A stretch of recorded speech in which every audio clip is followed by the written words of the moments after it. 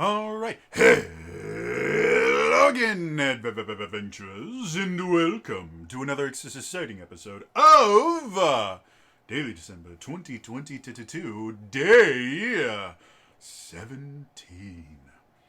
So, for those of you that like this stuff, you're in for a treat. And for those of you that get annoyed with me making long videos where I just talk about something for long, I'm sorry. You are going to get a rant today. And I guess, I don't know if I can really call it a rant, but it fits super well.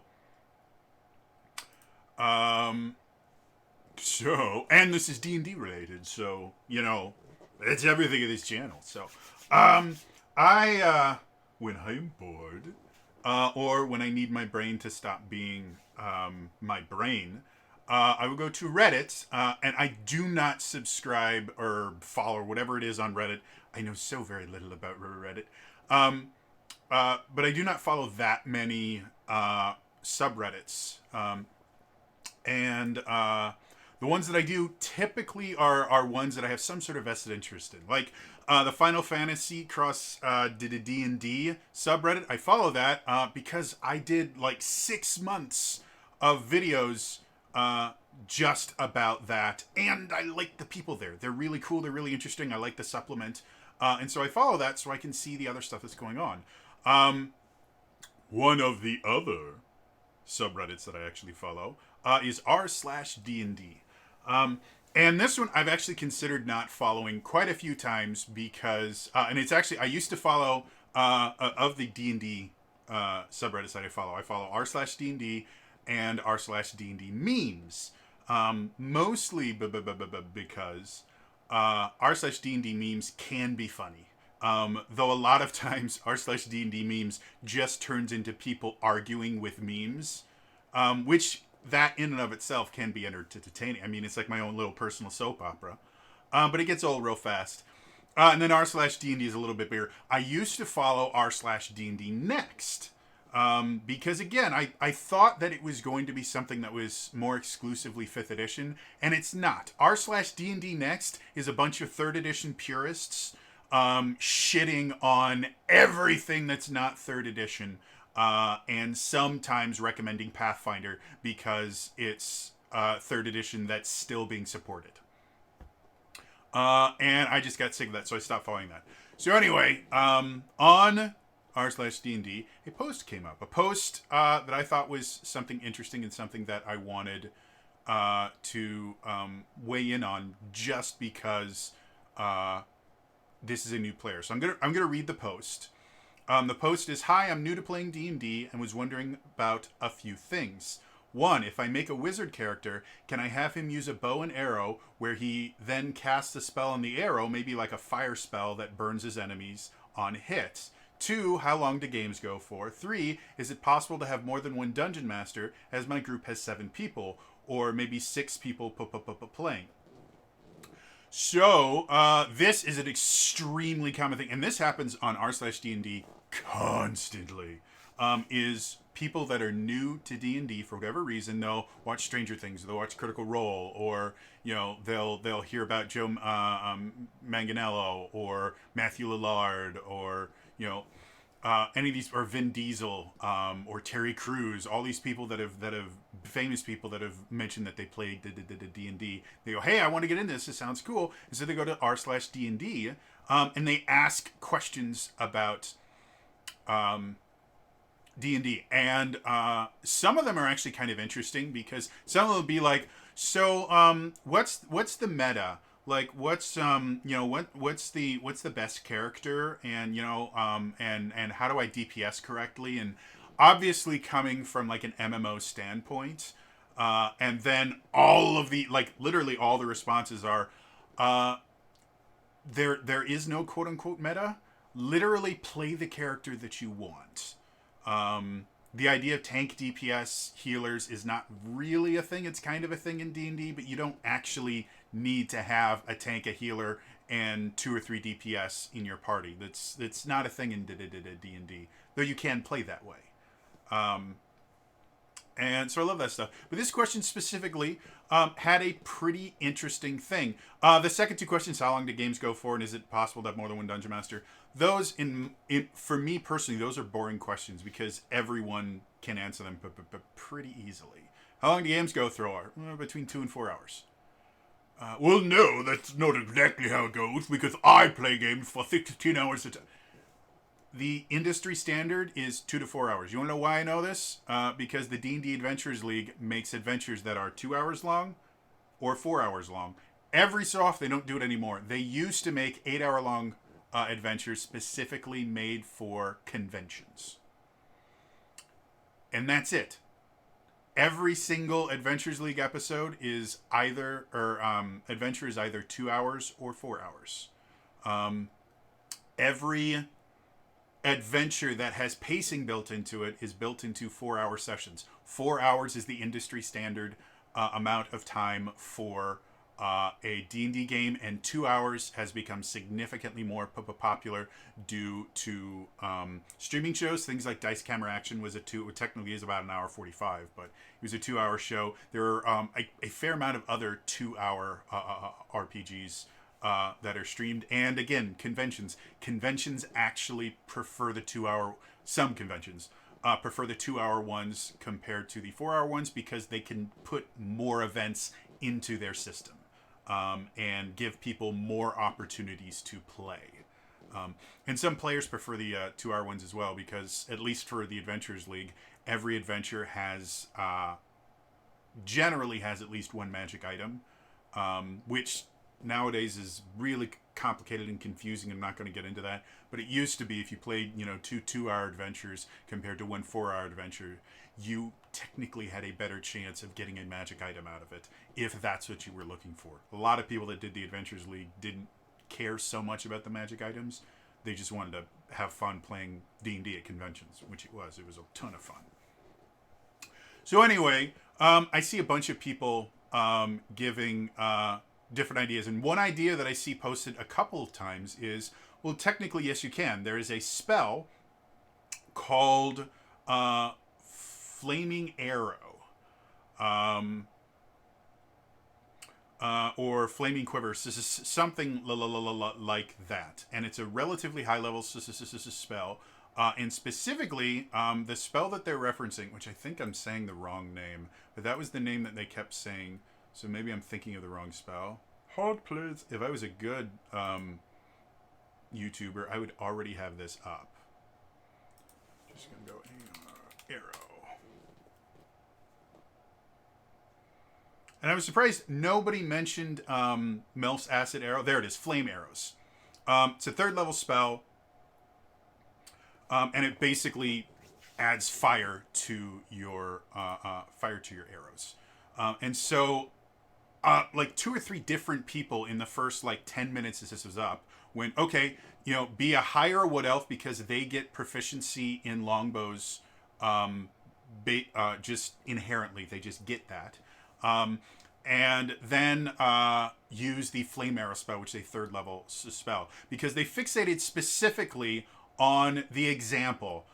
The maybe like a fire, then cast a spell on the arrow, maybe like a fire spell that burns his enemies on hit. They go, well, there's a spell that does that. However, having a wizard use a bow to shoot flaming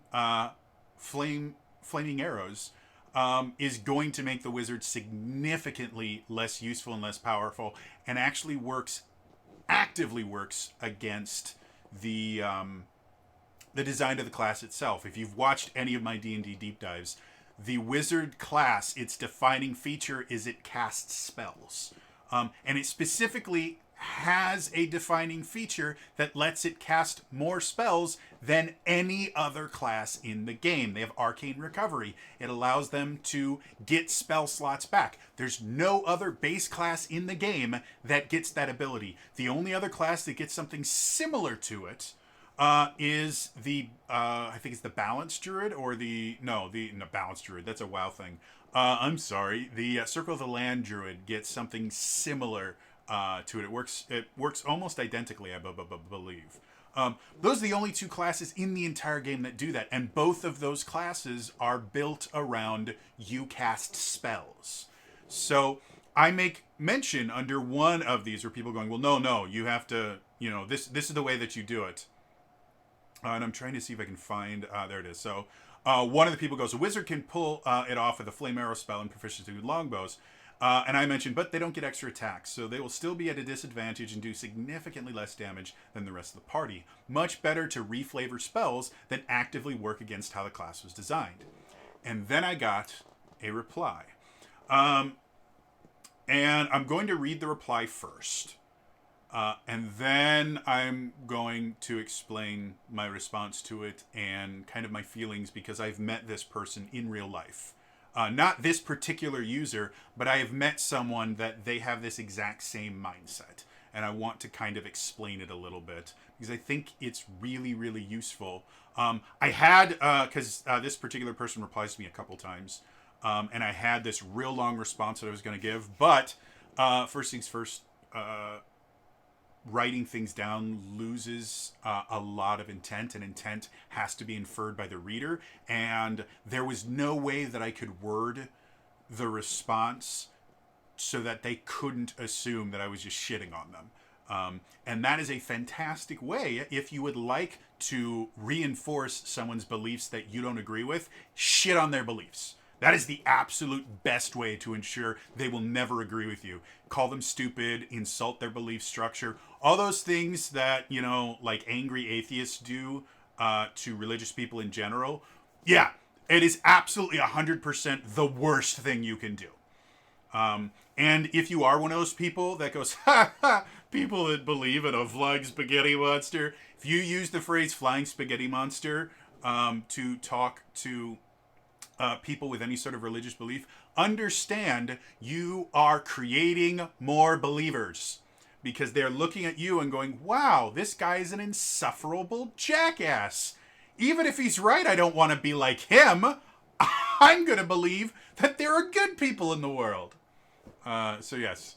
Anyway, so this is the response that they wrote. And then I went back and looked at some of their other responses, and that's how I kind of pieced together who this person is.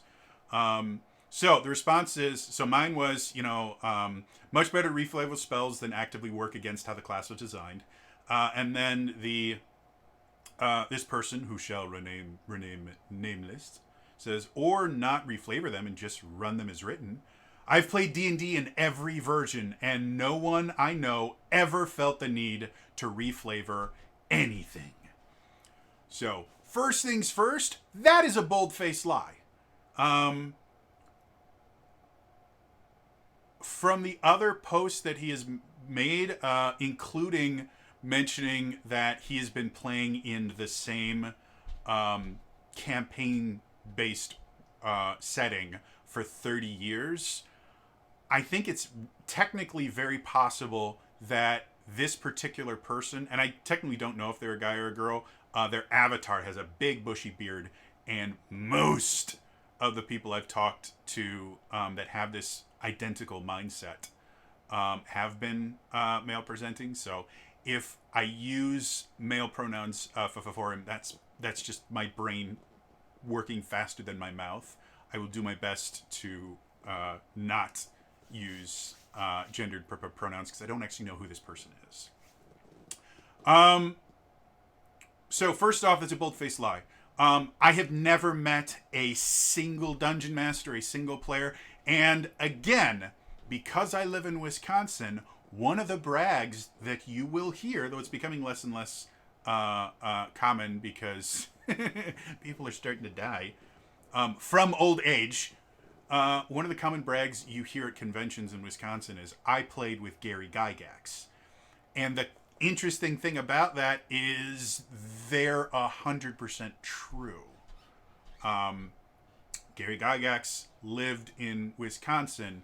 GaryCon is a convention named after him and run in his memory, and it happens in Lake Geneva, which is where he lived. His actual house, where he designed Dungeons and Dragons with the other guy that I can never remember his name and I feel really bad about, There's a plaque in front of it that says this is Gary Gygax's house. It's a tourist attraction there. There are people I have met, people that played with Gary Gygax. I've actually met one of his sons. I think it was Luke, because we would be at the same conventions constantly. Because I used to do the convention circuit, and it was really he was a really great guy, and he used to run this. He would run the same adventure every single time.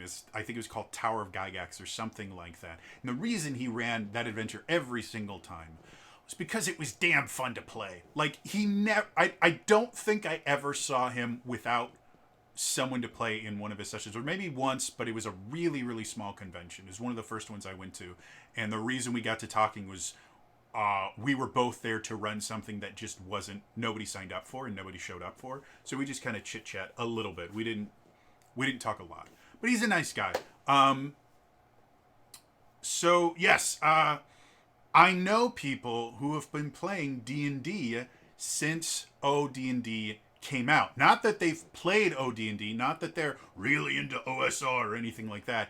As in, they used to photocopy the thing, because that's how original D&D spread. When it first was launched, you would get it from a friend and you would photocopy it to get it, because copyright hadn't quite caught up with D&D at that particular point. And Gary just wanted it to spread. And so that was a really, really common way for people to do it. So again, I know people like this, that have this mindset of the way I have played D&D is the only way that it could ever be played, and I understand the game better than everyone else. So I respond to this thing with something that I actually learned in management and training, not in Dungeons and Dragons. My response. The original question was asking if they can play a wizard that used a bow to cast spells, not how do I play a wizard the most traditional way possible. And while I'm very happy for you that your players have apparently never wanted to do something unique with their characters, reflavoring is a massively common thing. So much so that Tasha's Cauldron of Everything has a section explaining how to do it and encouraging it. Reflavoring is raw, which means rules as written. Reflavoring is a part of Dungeons and Dragons. And Tasha's Cauldron and Everything was the example that I brought up because it is official in an official published Dungeons and Dragons book. It not only tells you how to do it, it encourages you to do it. It says you should, not you can, you should be reflavoring. Reflavoring has happened all the way back to original Dungeons and Dragons. The original Dungeons and Dragons was built for reflavoring. Things were meant to be generic so that you could put your own twist on them. That's the reason why, as I mentioned before, the original D&D Red Booklet, or whatever it is called, because I can't remember at this point, was only like this thick. Because they put nothing in there to guide you as to how this was supposed to look, what it was, what it was supposed to represent, or anything like that. It was just, these are the numbers that you use to play the game. So yeah, that was just totally, fine. If you think that your players have never reflavored anything, good for you. They have. If you've ever homebrewed anything, that's a reflavoring. If you have ever taken a magic item and said, well, this is my +1 longsword, but it has a black blade, and I've named it Corporal Razor. That is reflavoring, because Corporal Razor does not exist in D&D, and you haven't changed anything other than calling it black and giving it a name. That's reflavoring every single character, every single person I have ever met, from someone that has been playing for 40 years to someone that has been playing for 4 minutes, has reflavored something about their character. It is intentional in Dungeons and Dragons to reflavor your character. And then the response came that I want to actually talk about. The rest of this has been foreplay, folks. This is the good stuff. Well, the context for the original question was I have never played and have no idea how the game works. I don't really care if people reflavor, and sure, it's fine. I just think it's also worth telling new players that they can still have fun without every little bit of flavor in the shared experience corresponding to the movie they had in their head before they started playing. I guess my approach to learning most new things is try the recipe as it's written first and then experiment with it. I feel like I've gotten a lot of creative role playing and game playing ideas from the constraints imposed by the world and spell descriptions and the mechanics of the game. We're going to ignore the run on sentence. Encountering that external pressure helps us be more creative instead of simply playing out our own preconceived fantasies over and over again. Well, if you were looking to condescend, whoa, you have hit the gold mine. That is the most perfect flying spaghetti monster argument I have ever heard. Yes, you can play wrong, but if you really want to play, you need to play the way I play. Mine is the only thing that can ever be right, and not only are you wrong, you are stupid. For being wrong. Because being wrong means that you are a stupid person. Smart people never get anything wrong, and I, of course, am smart, and as we have already established, you are stupid because you are wrong, because I have decided that because I've been doing this for a long time, my way is right and your way is wrong, and therefore you are stupid. And yeah, so be happy being stupid. I'm perfectly fine for you to be stupid on your own. Let's break this down. So, I wrote up a response to this, and I realized, as I mentioned before, there was no way that putting this response was going to change their opinion. And it's buried enough in the replies, no one else is going to read this. Or the few people that are going to read it are going to be the people that already agree with me because they want to see the rest of the fight go out. And neither of that is really useful.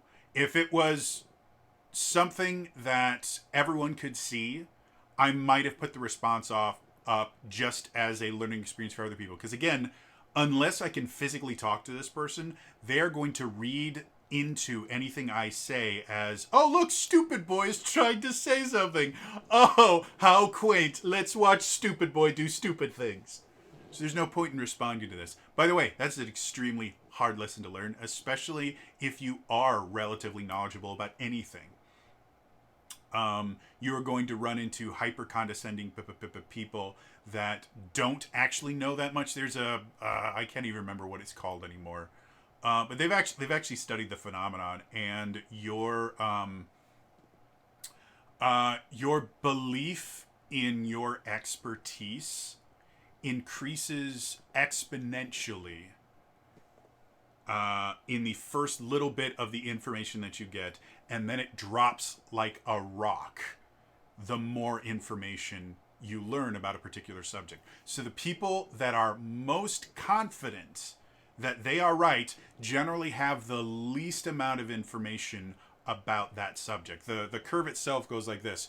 You know nothing right here, and then you know maybe 5% of the facts goes up here, and then 10%, 15%, 20%, and it eventually will get almost as high as that initial confidence. But even knowing 99% of the information about the subject, you will never be as confident as someone that only knows 5%. And so you will constantly find these people that are convinced of their own superiority because they understand a very, very tiny amount of it. And then you will have experts that will go, you know what, technically what they're saying, there is a possibility it might be true. It's extremely unlikely, and these are the various studies that show that don't tend to support it. And this particular study has claimed that it supports it, but if you actually look at the methodology, so to be perfectly honest, we don't really know. And while that is a theory that has been posited, we really haven't found any solid scientific backing to it. So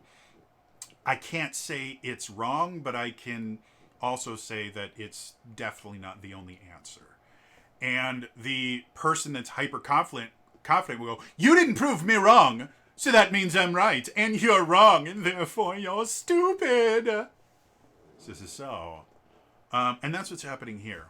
My response to this was, well, the context you have put in isn't there. Their specific thing is, I have never played and have no idea how the game works. Okay, well, let's look at the original post. Hi, I'm new to playing D&D and was wondering about a few things. If I make a wizard, how long do games run for? Is it possible to have more than one dungeon master? It is not hard to infer that this person has never played, but that's not actually what they said here.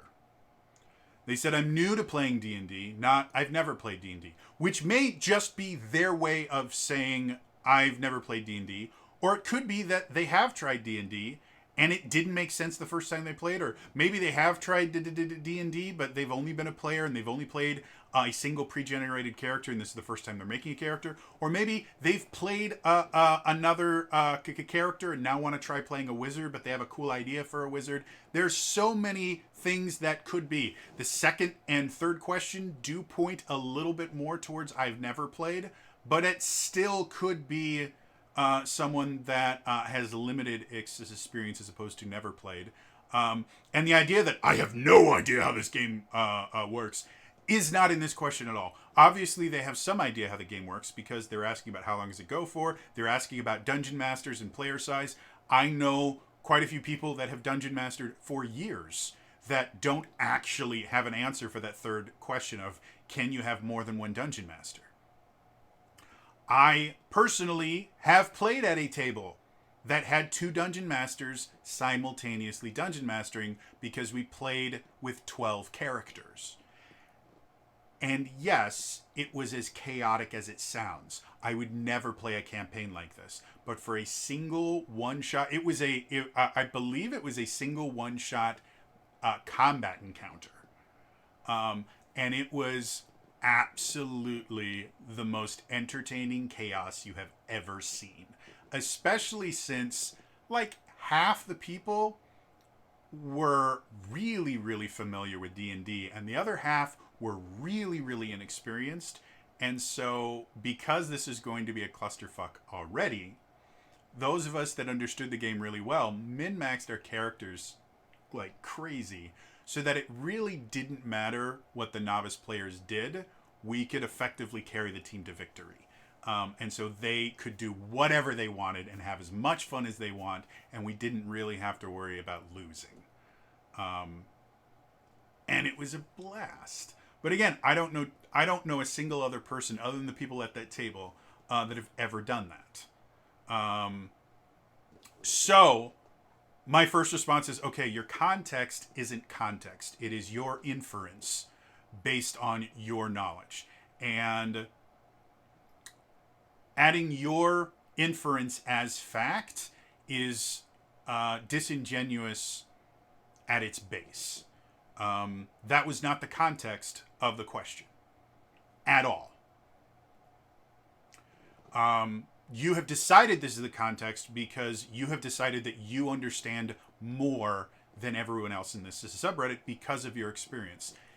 This is extremely common in the service industry, specifically in any sort of tech support.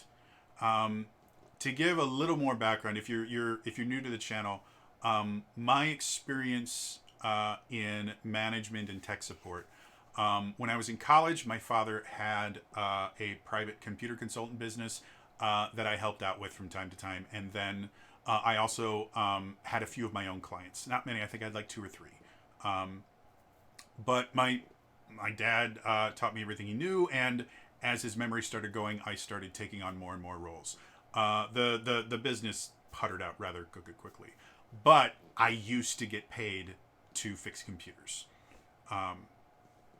Then I got into sales, and my first job in sales sucked. But my second one, I worked at an office supply chain that sold things like computers and printers and stuff like that. And because of my tech support background, I was really, really good at understanding what people actually needed and understanding how the computers and printers and all that stuff worked. Because again, I used to fix them and set them up, and people would pay me. I think my hourly rate was relatively cheap.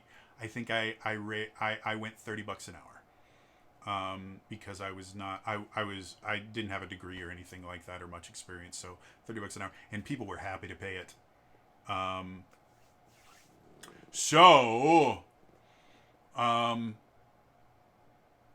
one of the things, and the other thing, I eventually got promoted to management, and I became the tech manager, which eventually turned into sales manager, but we'll talk about that later. And the store that I worked in was a pilot store for the company, because it was the busiest store in one of the busiest districts in the company. And so our store would get new products and services before everyone else. And because I was both the tech and sales manager, it was my job to teach employees not only how the products worked, but also how to sell them. And they gave us little guides that we were supposed to use. They were useless because they were written by people that had never set foot in a retail store, much less worked in World War I. And so my official job that I was given from both my store manager and the district store managers, I needed to develop training plans to implement new services and products to teach how they worked and how to sell them. That's what I did. And I created custom training plans myself. I was spotlighted by the district manager, and I believe I got national recognition at least once for my training plans, because they were really, really good. And that's where my training came in. So one of the hardest things in the world to teach people is that what you know is not what they know. And what you consider easy information, they may consider impossible to know information. And the example that I wrote for this dude is basically, you've effectively done this. Let's say customer walks in to a Popeyes. If you don't know what Popeyes is, they're a chicken restaurant, and they're really good. They have spicy chicken. They have like soul food, and I love Popeyes. One of the sides they have is mac and cheese. So customer walks in, goes to the counter and goes, "Hey, do you use real cheese in your macaroni and cheese?"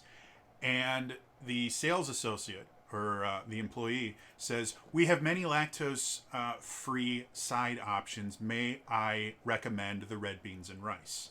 And the customer goes, "I actually don't care about lactose. I am allergic to one of the additives they put in powdered cheese mixes. So I'm asking you, can I eat this without going to the hospital? I really don't care about lactose." And that's effectively what this guy has done. He has inferred that, well, the real question you are asking is, how do I play D&D? And so I'm going to give you the right answer. But what he's actually done, or what they've actually done is just waste both people's time, because they've answered a question that wasn't asked. The question that they asked was, can I do this specific thing? Can I make a wizard that casts spells using a bow? And the answer to that is yes. It doesn't technically even need flavor texting for that. There is an item that I think shows up in either Xanathar's or Tasha's. It is a common magic item. It's a little gem that you put on an item, and it makes it a spell focus. It is a massively useful thing. If you want to create interesting wizards that use weird things to cast spells, this is the best item ever. And again, it is a common magic item. It is the most common thing. If a DM is going to put a price on it, it will generally cost less than 100 gold pieces. If you are following the pricing guidelines on in the Dungeon Master's Guide. So it is an extremely easy thing to do. I want to cast spells using a bow. Okay, bing, bong, boom, you got it. Super easy, super simple. You're set. That's not the question that this person answered. They just said, well, this is how you really play D&D, and maybe you need to get off your idea of how you want to play D&D and play it the way it was meant to be played. Well, they didn't ask how it was meant to be played. They said, can I do this? Again, I didn't ask about lactose. I asked, do you use real cheese in your macaroni and cheese? You assumed I had a lactose problem. Probably because you have had other people ask similar questions because they didn't want to say they're lactose intolerant, because surprisingly enough, mentioning anything like that, I'm gluten intolerant, I have celiac disease, I'm lactose intolerant, I have a nut allergy, saying anything like that gets people mad at you. So a lot of people, instead of saying, hey, I have this particular allergy, they will ask, hey, is this ingredient in your food? And so this imaginary employee thought, oh, they're lactose intolerant and don't want to say it. I will help them out by saying something and answering the question I really think they're asking. But they didn't ask any clarifying questions. They didn't do anything to kind of narrow down what they were asking, and they certainly didn't answer the question. They just assumed they knew what the real question they were asking what was, and gave that answer. And that doesn't help anyone. In fact, it forced the customer to admit something that they didn't want to admit. Yes, I have an allergy that is deadly enough that I will be hospitalized if I ingest this particular type of food.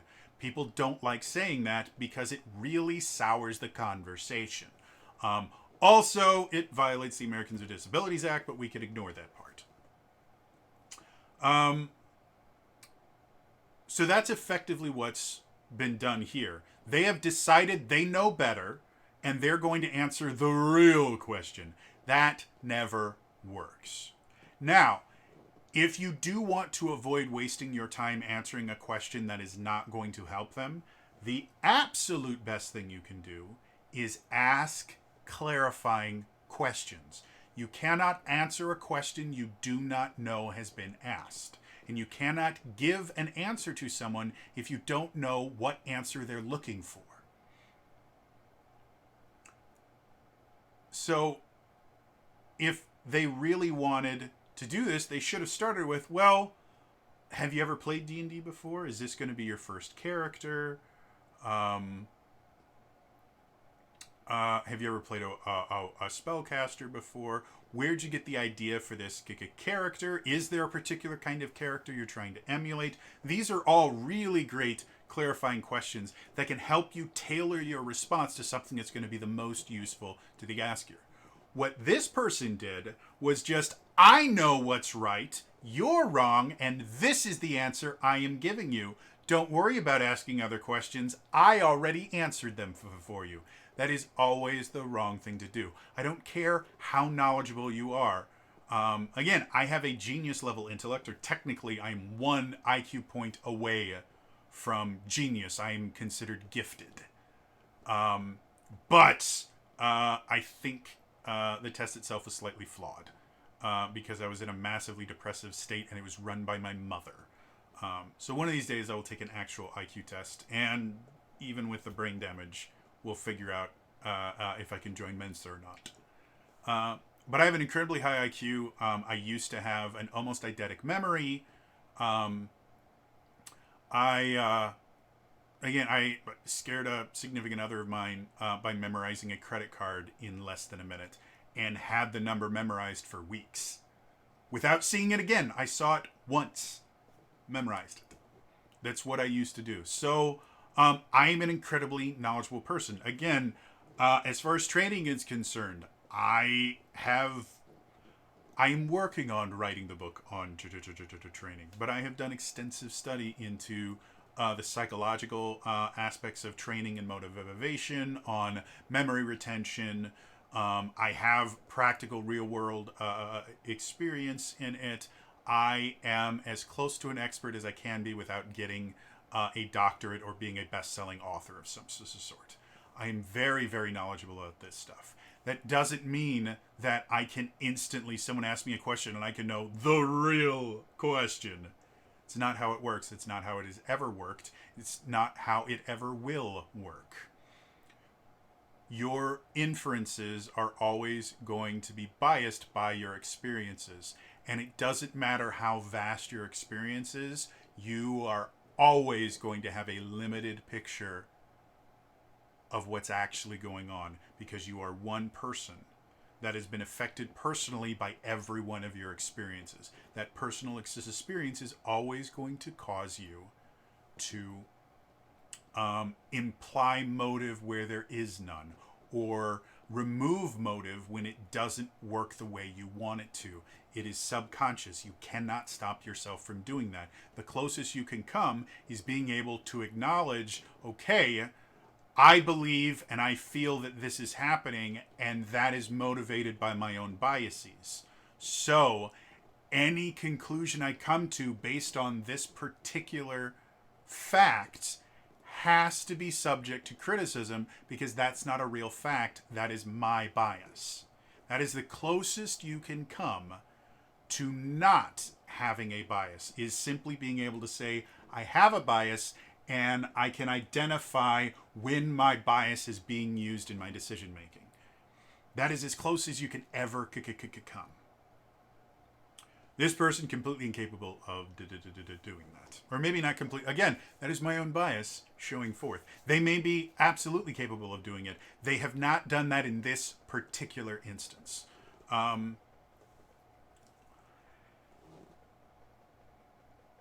This is probably the biggest problem for any fandom, any culture, anything, is people deciding that I know how this is supposed to work, and only the way I have decided it works is the way that it can work. We call this gatekeeping sometimes. On the exact opposite side of this, we call people that don't follow the rules that somebody else has decided. We call that appropriation. And that may upset a few people because, yes, cultural appropriation, 100% real thing. We've done some horrible things in the past and just stolen things from other cultures and claimed it's our own. Not saying that doesn't exist. What I am saying is the idea that only this small group of people can decide how something is meant to be used is massively stupid. And it is damaging to whatever it is. I can't remember who it was. Some celebrity wore something that was akin to a kimono. If you're not familiar with what a kimono is a traditional Japanese garment. And not only is it a traditional Japanese garment, but it actually has a lot of cultural significance in Japan. And so this particular famous person, I can't remember who they were. The only thing I remember, they were white.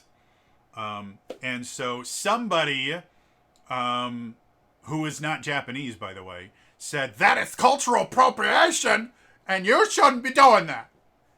And then you had all of these people from Japan, including like the government of Japan, I think. I might be making that last part up. There's all these people from Japan going, no, actually, we're totally fine. We want people to see how awesome our culture is. And she acknowledged that it's a Japanese kimono and that she really enjoys all the everything about it. Just because she's wearing something that wasn't made by white people doesn't mean that she's doing something wrong. We want her to do that.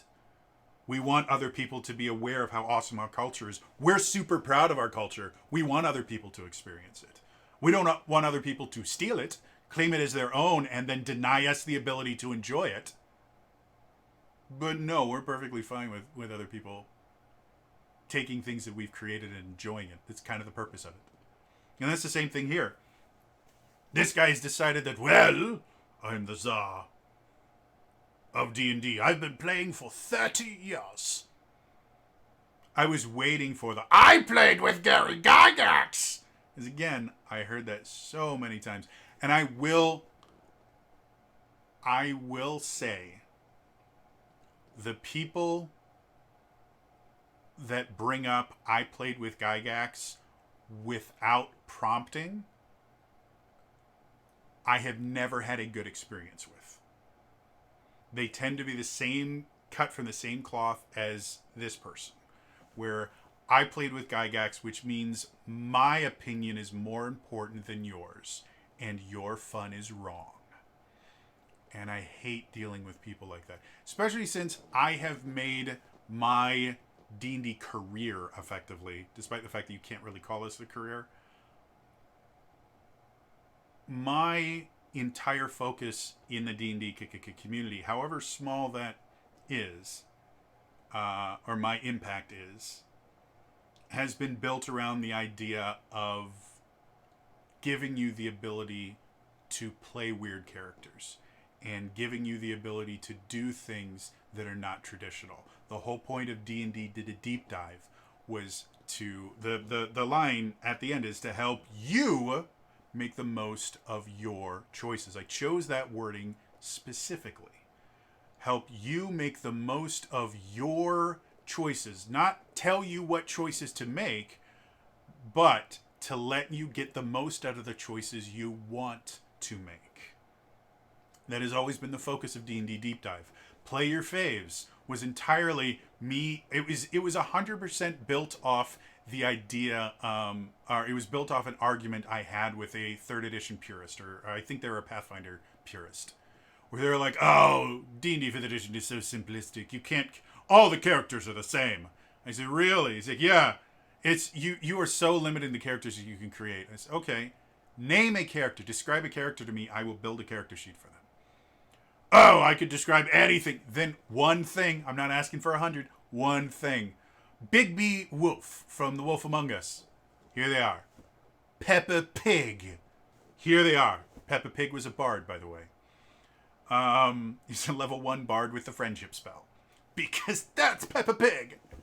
And that's what turned into Play Your Faves, is people saying, well, you can't do that in 5th edition. Yes, you can. 5th edition is unbelievably malleable.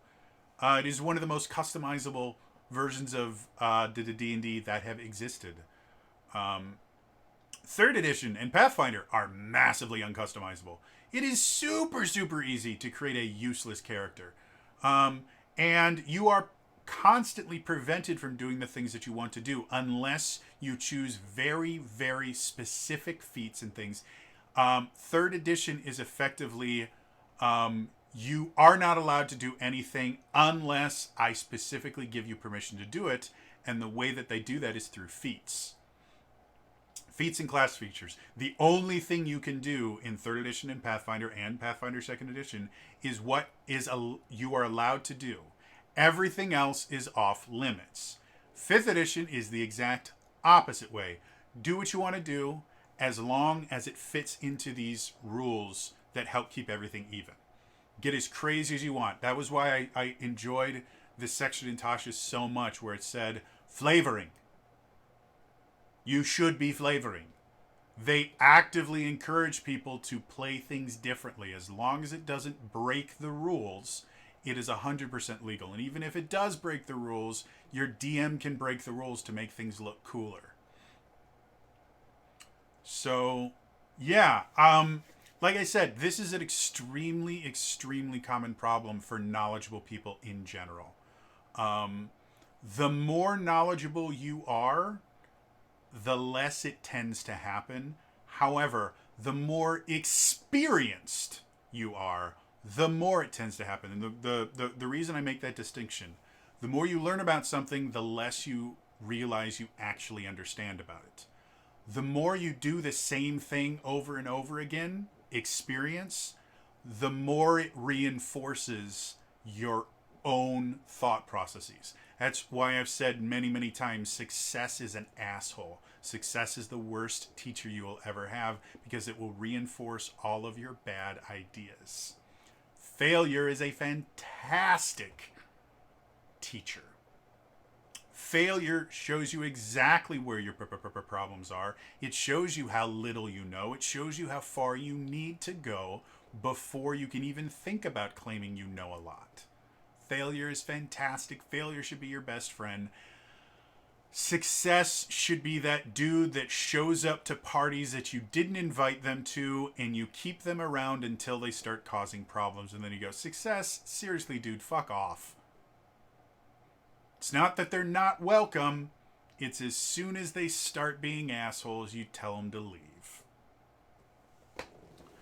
Anyway, so I thought that was interesting. And again, it was such a perfect example of something that is gripping the world right now. A bunch of people that know next to nothing are going on tirades and are affecting laws and other things like that because they don't know enough to realize that they're wrong, and they've had enough experience that they are convinced they can't be wrong.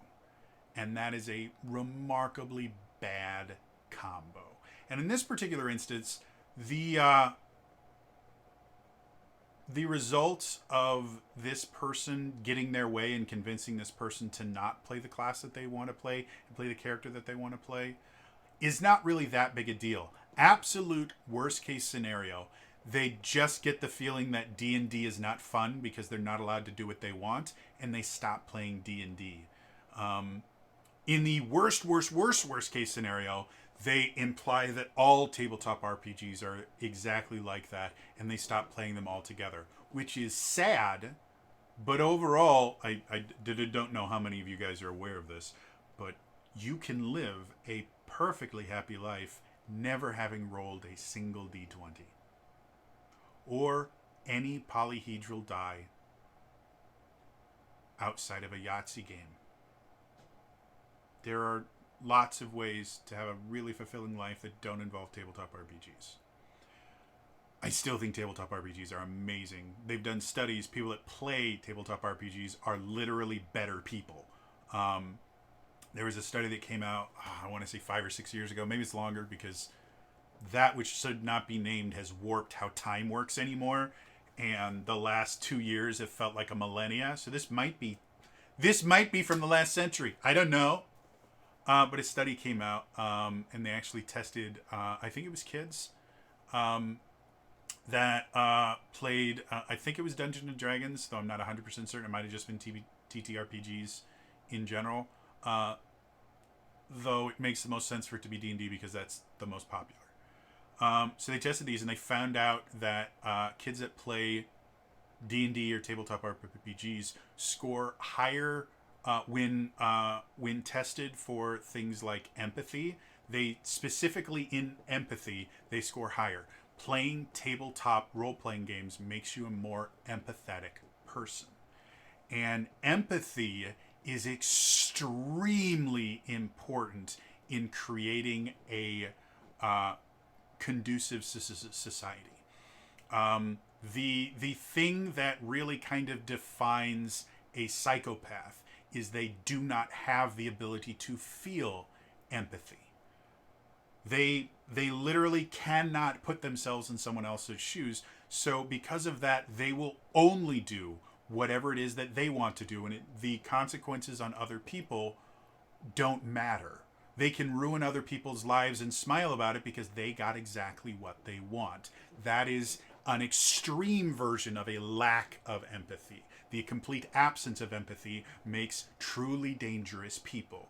However, even just a mild lack of empathy makes bad people, quote unquote, Karens or Kevins, whatever you want to call the male version of them, entitled people.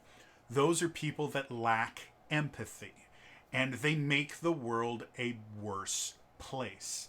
100% of the time. Does that mean that they are horrible, disgusting people that don't deserve to live? No, but they are having a net negative impact on society, and the best way to fix that impact is to become more empathetic. If you're not, if you've heard the word a lot, but you've never really had a definition, I will even go.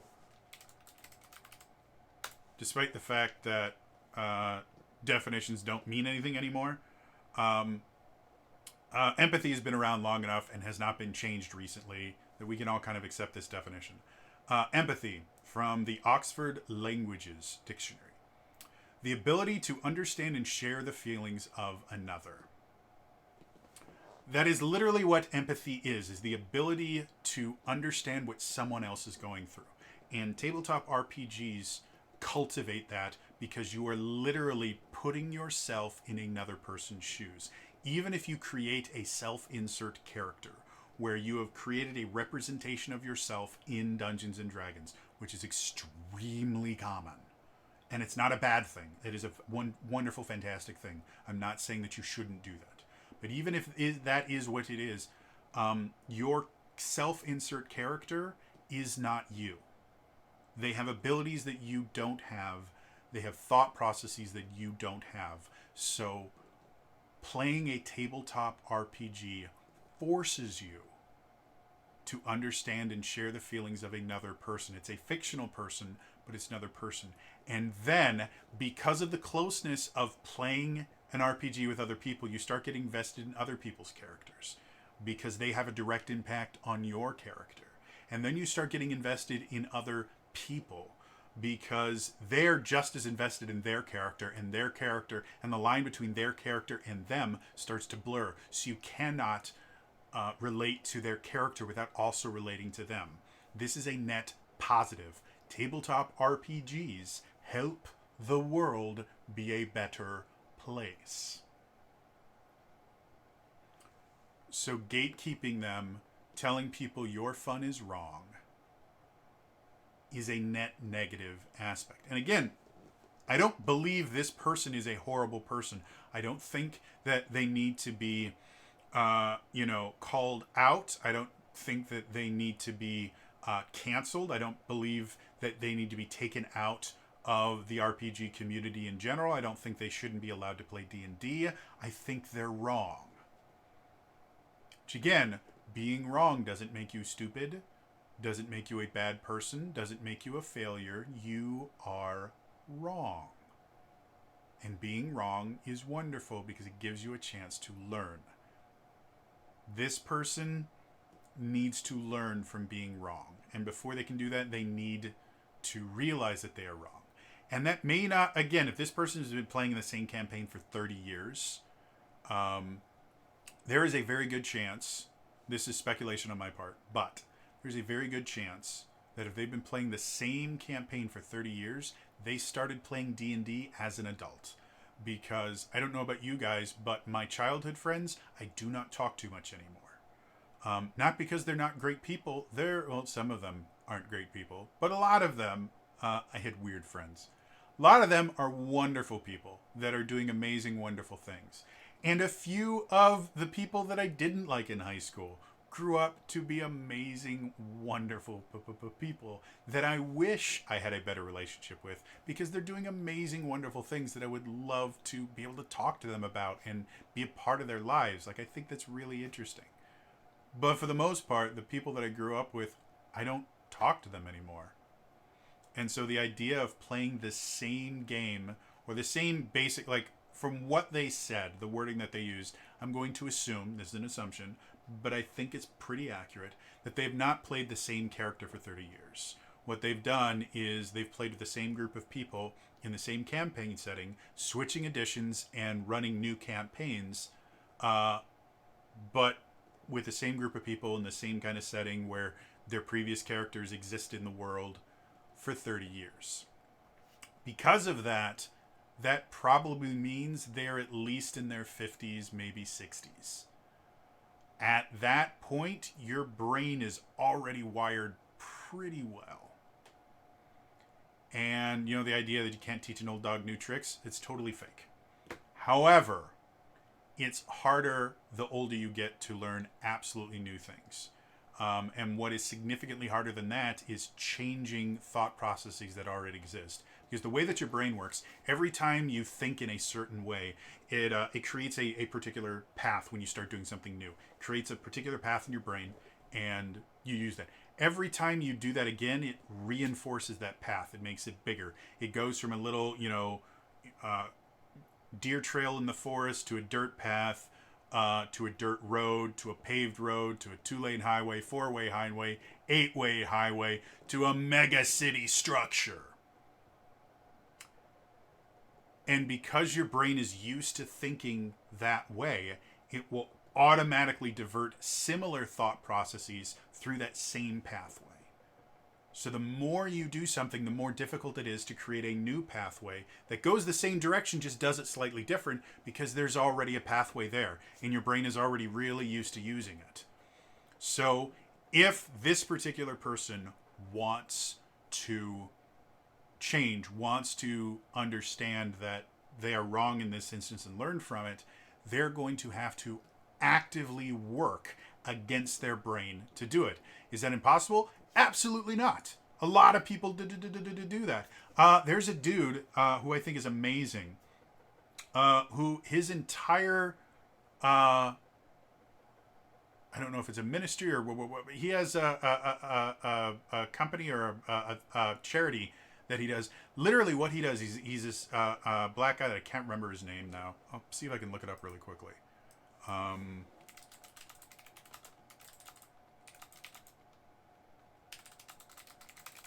See if I can find him. Daryl Davis. Daryl Davis is a cool guy. Daryl Davis is a black man. He did a TED Talk once. And the title of his TED Talk is Daryl Davis, Why I, as a Black Man, Attend KKK Rallies. What he does is he goes and he talks to members of the Ku Klux Klan. If you are not from the U.S., or you're just a part of the U.S. where the KKK is just not really a big deal, FYI, that's the majority of the U.S. The KKK has never had lower membership than it has right now. Anyone that says otherwise is trying to scare you. They're not a big deal, or they're not a big group. They are a big deal, but they are not a massive, nationwide movement or anything. I think the last time they checked, because they have membership cards and anything, it's crazy. I think the last time I checked, they had like 3,000 to 5,000 members nationwide. There are churches with larger congregations than that. So it's not that big a thing. In a country of 330 million plus people, 5,000 people that are ass backwards assholes is not as big a deal as it sounds. Anyway, so he actually goes to members of the Ku Klux Klan, which the Ku Klux Klan itself is a white supremacy group. And throughout history, it has done absolute atrocities. It is a horrible, horrible, disgusting organization. And it is built on the idea that white people are the absolute pinnacle and every other race is not only inferior, but shouldn't be allowed. Like, they're against interracial marriages, they're against any sort of race mixing, they are heavily pro-segregation. They think every other race should be separated and to keep the white race pure. They're a disgusting, disgusting group. So Daryl Davis goes out to KKK rallies where there is no way for him to hide. Like, it is blatantly obvious that he is not only not a part of the group, he is absolutely the enemy. And he goes out and he strikes up conversations with these people. And according to this 2017 article, it specifically says how one man convinced 200 Ku Klux Klan members to give, and then I don't see the end of it's an NPR story, to give up their robes is what it is. He goes to these people and he just talks to them. He doesn't go in and go, "You are an evil heathen and you deserve to burn in the fires of hell. And if I had the ability, I would strike you from this earth and ensure that you can never affect the good people of this world again." No. He goes up to these people. He goes, "Hi, my name's Daryl. Can I talk to you?" And they will say horrible, disgusting things to him. Because that's the path their brain has been trained in. Over and over and over again. Their brain has gone over and over. This is how it works. This is how it works. This is how it works. And so they see black man there. And they go, "Oh, look. Someone that is inferior that deserves to be punished." And he sits down and he has conversations with them. And here's something a lot of people don't realize. Because what we see on the internet constantly, as far as conversations, are what some people will term debates, which they are not. And what they actually are arguments. We see people having conversations that are actually arguments. And the point of an argument is not to learn anything about the other side, it is to win. Arguments are battles with words that you are meant to win. And so the person you're talking to is not a person, they're an opponent. They're a problem that you need to solve. And therefore, anything they say cannot possibly be true, cannot be anything other than another part of the problem. Think of it as a puzzle encounter in an RPG. If you are going into an argument, you are considering your opponent as a really complicated locked treasure chest, locked and trapped treasure chest. Every time you do something and you find out something new, oh, well, as you're trying to pick the lock, you hear a clicking sound, and then you see on the side of the wall a panel opens and you can see little holes there. Oh, I guess that means that there's a dart trap included with this. Well, I'm going to do this and this and this. That's how an argument works. And it's very difficult to come to any sort of an understanding in an argument. One side is going to quote unquote win, one side is going to quote unquote lose. And a lot of times, the side that wins or loses is subjective. Both sides will think that they won, and both sides will think the other side lost. Arguments are mostly useless. Having an actual discussion with someone, it is unbelievably difficult to consider them an other. If you sit down and have an actual discussion where you're not going in to change their mind, you're not going in to prove them wrong or teach them how they're supposed to think, you just sit down and you try and get to know someone and have just a normal, regular conversation that you might have with a friend. It is unbelievably difficult to not empathize with them. Because what happened with Daryl Davis is when he would sit down and talk to these people like human beings, and he wouldn't be angry, and he wouldn't spit vitriol at them, and he wouldn't tell them what horrible, disgusting people they are, or how many lives they had ruined, or anything like that, despite the fact that it would be very easy to support those arguments. That particular group has done horrible, disgusting things. They have ended people's lives. It is just an atrocious, disgusting group. But this one person, one black man, goes up and talks to these people like they're actual human beings and not filth. And that forces them to talk to him as if he's an actual human being and not filth. And that forces them to empathize with someone that is inferior, that someone in their mind that is inferior, that is not meant to be able to talk to them, that is less than human. And that's why he's been so successful. So getting back to this other guy, I'm not comparing him to a hate group. I use that as an example of if you want to change people's minds, especially when they are entrenched in a thought. And the thought may not be a bad thought, like a hate group.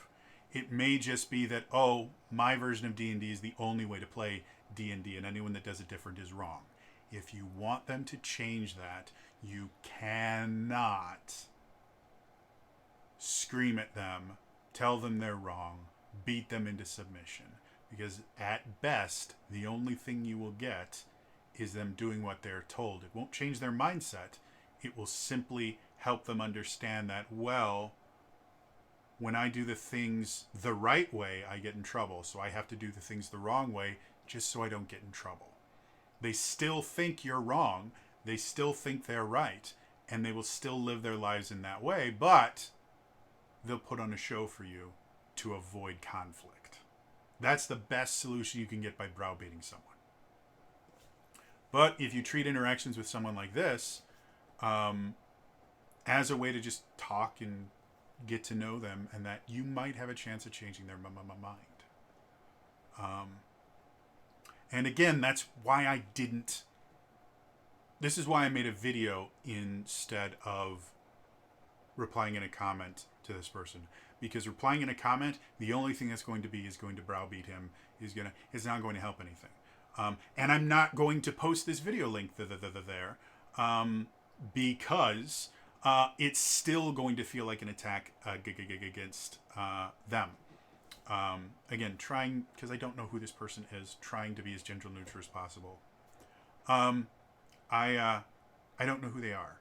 I don't know their motivations. I don't know their experience beyond what they have already said and the things that I can infer from what they've said. I would love to have a conversation with this person. But there's a time and a place for that, and especially with my own mental health, I just can't. But what I can do is I can make a video about this and get rid of the personal aspect of it. The person I've talked to, I've never named, I've read their comment, but as far as you guys know, I've made all of this up. This person exists as a theory. But we can talk about the content of what they did. We can talk about the things that need to happen, and we can learn from it. And because it's not personal, people will be more receptive to it.